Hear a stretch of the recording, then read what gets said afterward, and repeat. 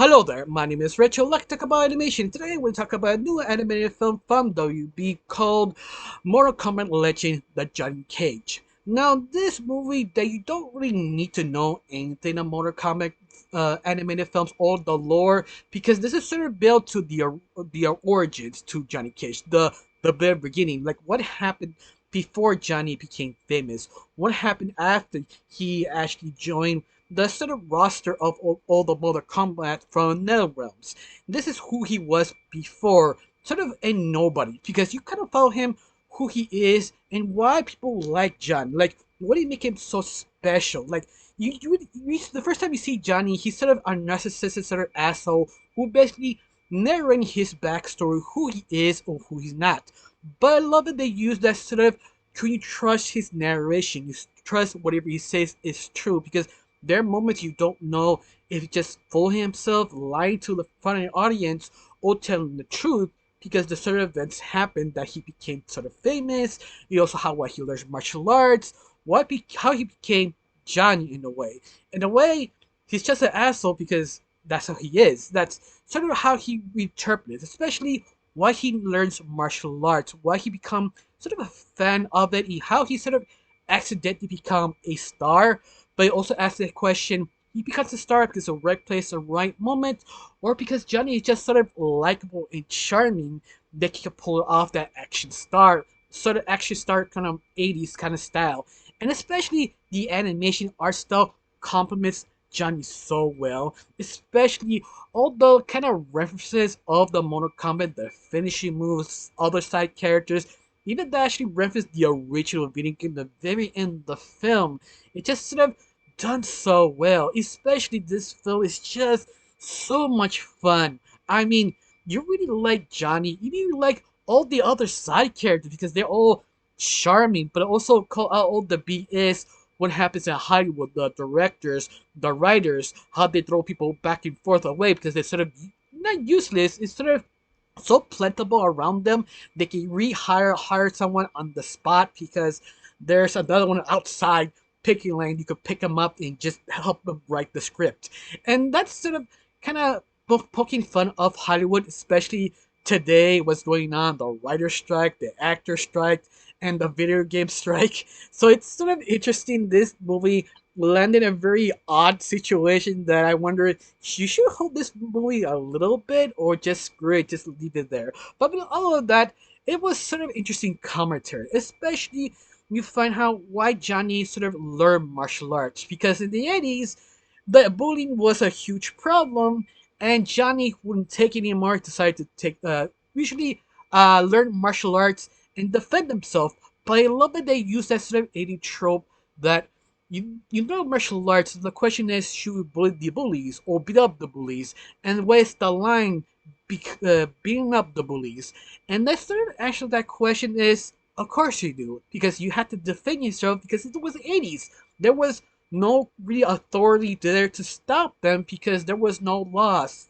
And I love that sort of kind of mentality, that sort of realization, because usually don't be like the tormentors, just let them go and walk away. And Johnny doesn't. Johnny makes an example of them to stop messing with them. Especially he hates bullies. And the reason why he does sort of things. Of course, I love it. This one sort of Johnny is his story, but he's sort of behind the plot story. It sounds weird how I said it, but it makes sense when you watch the movie, because if you don't know nothing about Mortal Kombat, it's usually this grand tournament and everybody trying to beating each other up. Whoever wins decides their fate of the earth. But Johnny doesn't realize that what actually is going on, and Johnny being Johnny decided to make his film. But the only problem is you don't have the main actress who sells the movie. And Johnny is not really that famous, not yet well known, trying to maybe I can find her if you let me do my thing. And that's the whole point of the whole film. That's basically his motivation to find the actress. And you think, oh, this well-known actress is sort of a fresh type of woman that later he gotta find out she could be killed, and Johnny wanna take her vengeance.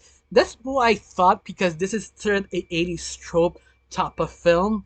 But no, the actress who's disappeared to protect Johnny's career actually has a point. It has a twist that you kind of expect, but not really. Depends on you, because I was expecting that sort of, oh, she's killed because she didn't make the right choice or make the right person, and or makes Johnny motivated to become the guy we know. That's the mentality I was going into watching this trope. How Johnny's trying to locate this woman to save his career, but also kind of find out how Johnny say things, but you don't know how true he really is. Like, he wants to help this woman, at least to help his career and help the project, but you don't know how much she actually cares. There are moments like, yeah, I'm just doing it for the job because this is my career. I have to go into it.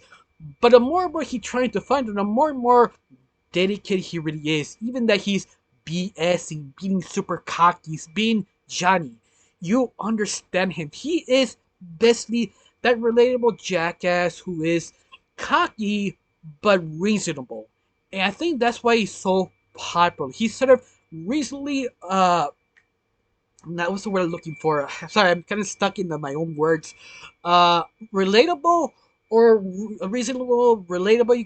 I think that's the best way to say it, because everything he does, like he does it with the charm, but every time he does something BS or over the top, reality kicks in and says, "No, it's not how it's supposed to work." And Johnny admits, "You know what? I was fooling myself. I didn't know I went that way. I should have thought up a little bit more."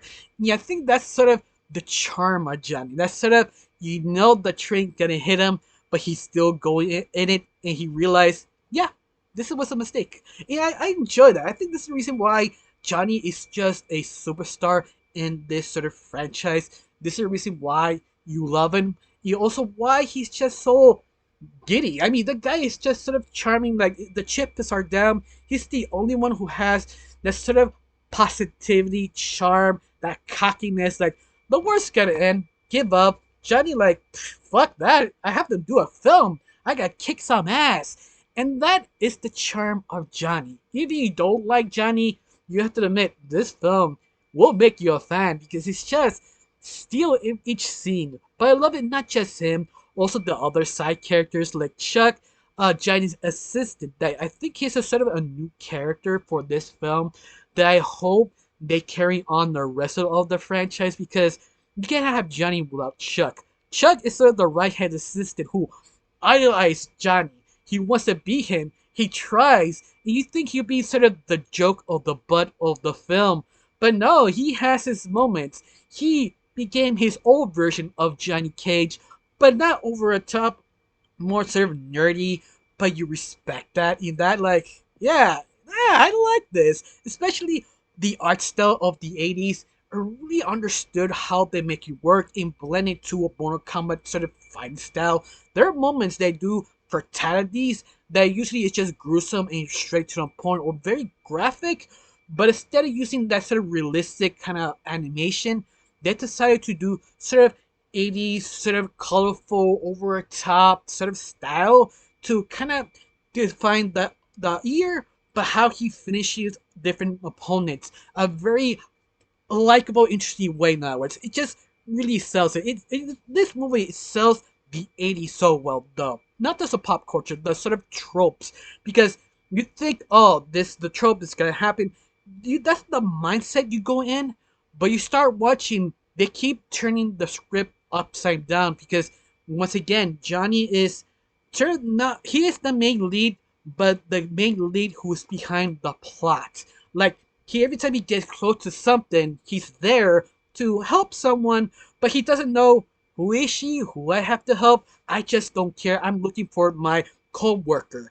And that's the whole motivation of Johnny. He doesn't really understand the situation. But be fair, that's usually Johnny in the very beginning. He just thrusts himself into the chaos and he just works it out how fast as he can afterwards.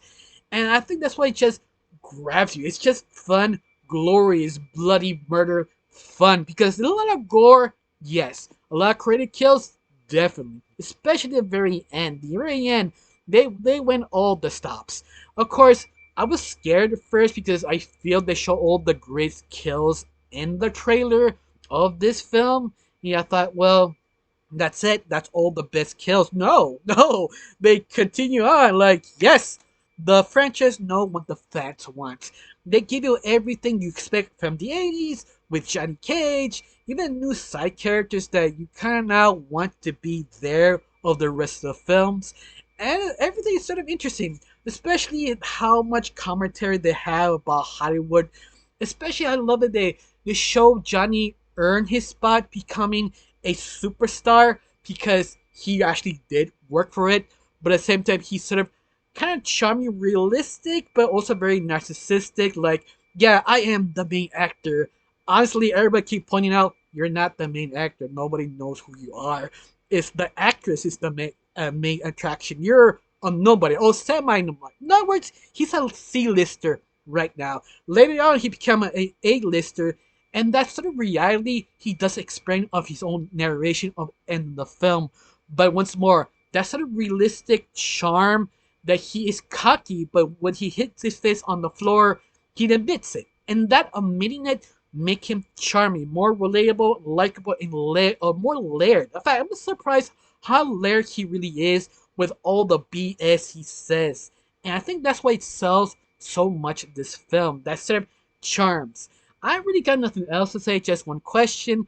You really like Johnny Cage. You like this film. Do you think this film is better than the rest? Because you don't need to see the rest of the films to enjoy this one. And I really did enjoy it. I got nothing else to say. Thank you for watching. Don't forget to subscribe and have a wonderful day. Bye.